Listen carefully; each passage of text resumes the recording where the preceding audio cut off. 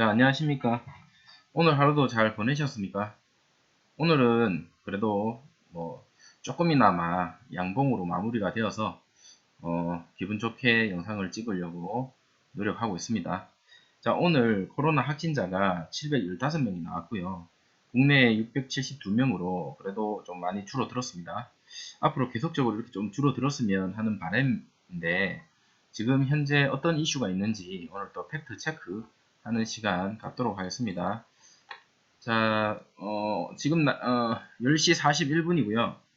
오늘은 2021년 1월 5일입니다. 자, 제가 이 의견은 여러 가지를 참조로 했고요. 그러니까 제 생각이 아니라 일단은 기사 위주로 정리를 했고, 마지막에 이제 제 생각 그렇게 첨부하도록 하겠습니다. 자, 하나하나 한번 살펴보도록 하겠습니다. 자, 첫 번째, 자, 변종 바이러스가 발생됐습니다. 오늘 국내에 변종 바이러스가 발생됐고, 2명이 추가적으로 영국발, 남아공발이 들어왔어요, 국내에. 총 지금 12명이 발생이 됐습니다. 근데 이 변종 바이러스가 제가 누누이 말씀드렸지만 전염성이 더 높고 나이 제한이 없습니다. 즉 이제 어린아이들까지도 이제 예외 없이 조심을 더 해야 된다. 기존의 바이러스 같은 경우는 아무래도 기저란증이 있거나 나이가 좀 많으신 분들한테 좀 많이 걸렸다면, 이제 이 변종 바이러스 같은 경우는 그런 게 없습니다. 영국을 한번 보세요. 지금 난리 났죠. 자, 두 번째 소식입니다. 자, 국내 백신, 자, 2월부터 진행합니다. 그리고 11월까지 모든 국민들을 대상으로 접종 완료를 목표로 잡고 있다고 합니다. 자, 이달 중에 1월이죠. 1월 중에 대상자를 선정을 완료할 거고, 2월 내에 접종을 목표로 진행을 할 거라고 합니다. 자, 그런데 중요한 거는 이 백신을 나와서 그냥 우리가 일반적으로 주사기로 뭐 이렇게 쉽게 놓을 수 있는 그런 내용이 아닙니다. 여러 가지 이제 신경 써야 할 부분이 한두 군데가 아닙니다. 한두 가지가 아니에요. 내용을 한번 보겠습니다. 첫 번째는 골드 체인 구축. 자, 골드 체인 구축. 이게 뭐냐면, 자, 독감 바이러스가 과거에 상온에 노출이 돼가지고 사망자가 발생을 했었죠. 올해 저 같은 경우도 독감 바이러스가 아니죠. 독감 접종을 안 했습니다. 저희 아버지도 안 했고, 의외로 독감 그 부작용으로, 우리 백신을 안 맞은 분들이 꽤 있더라고요. 근데, 마찬가지로 지금 우리가 확보한 백신이 화이자나 모더나나 아스트라제네카, 얀센이 있는데 전부 다 다른 구축을 해야 돼요. 쉽게 얘기해서 보관이라든지 온도라든지 뭐 어떤 뭐 그런 절차들이 다 다릅니다. 그래서 그런 골드 체인 구축이 필요합니다. 만약에 예를 들어서 화이자 같은 경우는 영하 80에서 60도 초저온 유지를 해야 되는데, 이 골드 체인 구축이 제대로 되지 않으면 결론적으로 백신을 맞고 부작용이 나타날 수밖에 없죠. 그렇기 때문에 여기 이 부분에 대해서도 신경을 많이 써야 되고요. 두 번째는 접종 인력 교육을, 그리고 접종 센터를 확보해야 됩니다. 이 말은 뭐냐면, 지금 모더나, 화이자, 뭐 지금 우리 국내에서 확보한 백신 중에서 얀센을 제외하고는 모두가 일회성 접종이 아닙니다. 두 번씩 맞아야 돼요. 한 번 맞고 조금씩 기한이 있다가 또 한 번 또 맞아야 돼요. 얀센 제외하고는 1, 2회 백신 접종을 해야 되는 상황입니다. 그런데 만약에 백신의 혼합 비율 조절을 잘못하거나 아니면 뭐 어떤 뭐 보관을 잘못했다 이러면 이건 인재입니다. 인재. 그런 이제 교육들, 인력 교육, 그리고 접종 센터 확보를 해야 됩니다. 일반적인 병원에서는 백신을 놓을 수가 없다고 합니다. 자, 세 번째는 이상 반응, 접종 이후 관리 체계를 해야 됩니다. 우리가 백신을 맞고 그 사람이 뭐 이상이 있는지 없는지 꾸준하게 면밀히 관찰을 해야 돼요. 얼마 전에 주한미군에서 백신을 맞고 그 인터뷰하는 걸 봤는데, 백신을 맞고 나서 15분, 20분 동안은 이상이 있는지 바로 현장에서 확인을 육안으로 하고 집에 돌아가서도 추후 사후 보고를 하는 걸로 알고 있습니다. 여기에 관한 또 면밀한 관리가 필요하다라고 보여지고요. 자, 네 번째는 접종 속도와 백신 물량 관리가 필요합니다. 아까도 말씀드렸듯이 얀센을 제외하고는 전부 한 방으로 끝나는 게 아닙니다. 자, 1회차 모더나를 맞거나 2회차 화이자를 맞거나 이렇게 해서도 안 돼요. 빨리 접종을 해야 되는데 심지어 혼선이 일어나서도 안 되죠. A라는 사람이 모더나를 1회차를 맞았는데 2회차는 화이자를 맞아버리면 안 됩니다. 이런 관리도 잘 돼야 됩니다. 우리는 믿고 맞아야 되죠. 그리고 변이 바이러스를 포함한 추가 확산을 억제를 동시에 해야 됩니다. 지금 계속 변종 바이러스가 출현하고 있는데 여기에 대한 대비책도 생각을 해봐야 됩니다.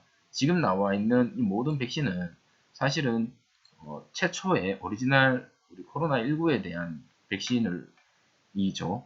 근데 이제 뭐 영국발은 효과가 있을 것으로 보이지만 남아공은 없을 것으로 보인다. 뭐 이런 기사도 계속적으로 나오고 있죠. 우리가 추가적으로 지켜봐야 하는 겁니다. 그렇기 때문에 이런 부분도 문제가 될 수 있다. 자, 이런 여러 가지 지금 문제가 있다. 백신이 우리나라에 2월 달에 들어온다고 한들 우리가 바로바로 접종을 다 할 수 있는 건 아닙니다. 현실적으로 어렵습니다. 이런 이유 때문에. 자, 세 번째. 물론 또 다른 이유도 있죠. 백신을 맞기 싫어하는 사람도 있을 거고, 뭐 백신을 맞고 싶어 하는 사람도 있을 거고, 그 사람들을 어떻게 설득시키느냐. 그것도 관건입니다. 그 부분이 좀 빠졌는데, 그 부분도 있다. 자, 세 번째. 아까도 제가 말씀드렸다시피, 국내에 확보한 백신이 현재 여러 가지죠. 자, 화이자, 모더나, 아스트라제네카, 얀센입니다. 이 네 가지를 현재 우리 국내에서는 확보했다라고 발표가 했었죠. 하지만 문제는 뭐냐면 화이자 같은 경우는 영하 80에서 60도 초저온 유지를 해야 되고요. 접종 1시간 전에 2에서 8도에서 해동을 하고 적정 비율로 식염수와 혼합을 해야 됩니다. 좀 까다롭죠. 그리고 해동 상태에서 5일간만 보관이 가능하죠.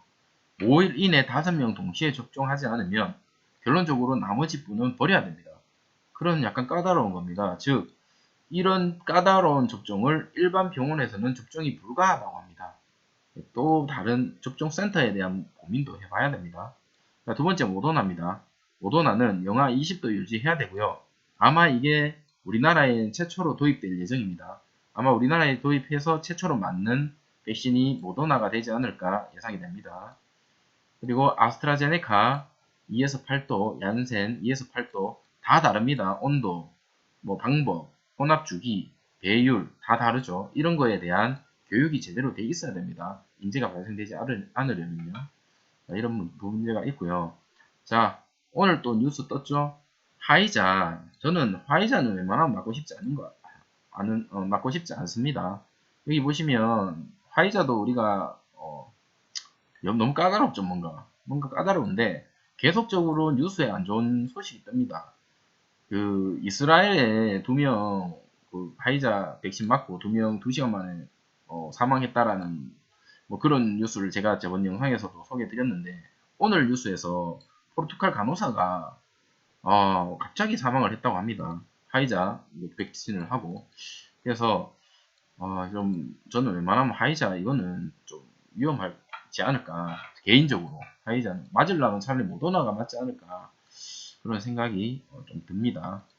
자, 5번째 이슈 변종이 아닌 변이 바이러스가 발생할 가능성도 있다고 합니다. 자, 백신 대량 접종 이후에 돌연변이 바이러스가 인간의 몸 안에서 체내 면역 반응과 싸우는 과정에서 자연스럽게 생겨나므로 백신 접종으로 인간의 몸속에 강력한 면역 반응이 일어나면 뭐죠? 바이러스 변이 가능성이 높다고 합니다. 오히려 백신 때문에 변이 바이러스가 나타날 가능성이 있다라고 또 이런 또 뉴스가 있더라고요. 이런 것도 한번 지켜봐야 되고요.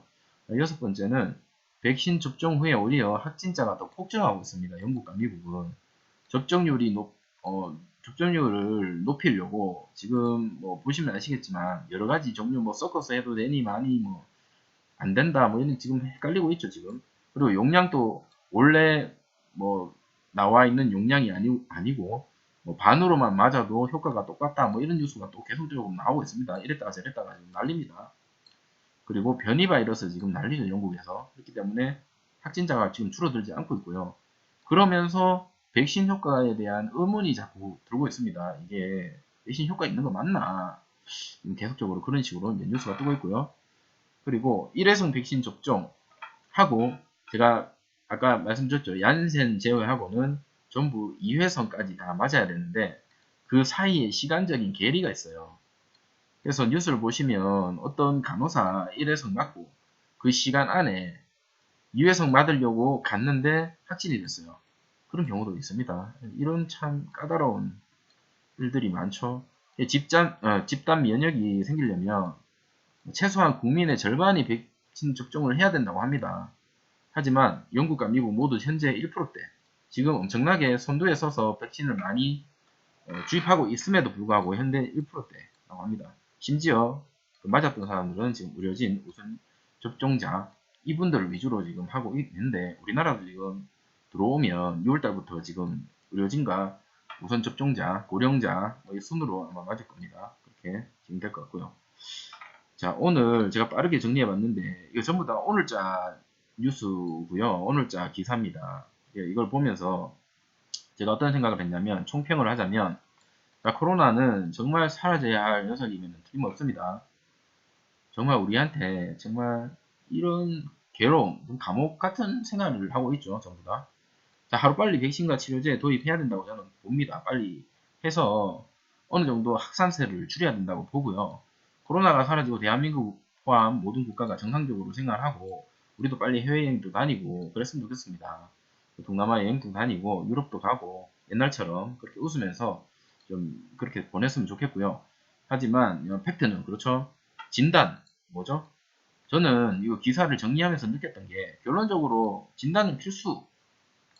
백신과 치료제가 도입되어도 현재보다 오히려 두 배에서 세 배는 더 많은 진단을 해야 될 것 같습니다. 제 생각은 그렇고요. 이는 결국에 코로나를 잡을 수 있는 강력한 무기가 물론 백신과 치료제도 맞지만 진단이 가장 강력한 무기가 되지 않을까. 진단을 많이 하면 할수록 아무래도 확진자들을 더 많이 색출해내서 그 사람들에게 백신과 치료제를 빨리 투입을 해야 되지 않을까. 즉, 자, 우리의 시젠 걱정 안 하셔도 될 것 같습니다. 제 생각에는 실적이 아무 이상 없고요.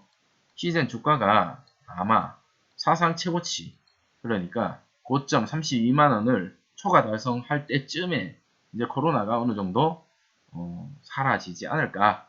저는 개인적으로 그렇게 생각을 합니다. 자, 참조했던 여러 가지 기사를 가지고 제 나름대로 정리를 한번 해봤는데 여러분 생각은 어떠셨는지 저와 다른 생각이 있으신지 어쨌든 우리는 희망을 갖고 결론적으로 저는 또 실적은 배신하지 않습니다. 믿고 갑시다. 오늘 하루도 고생하셨습니다.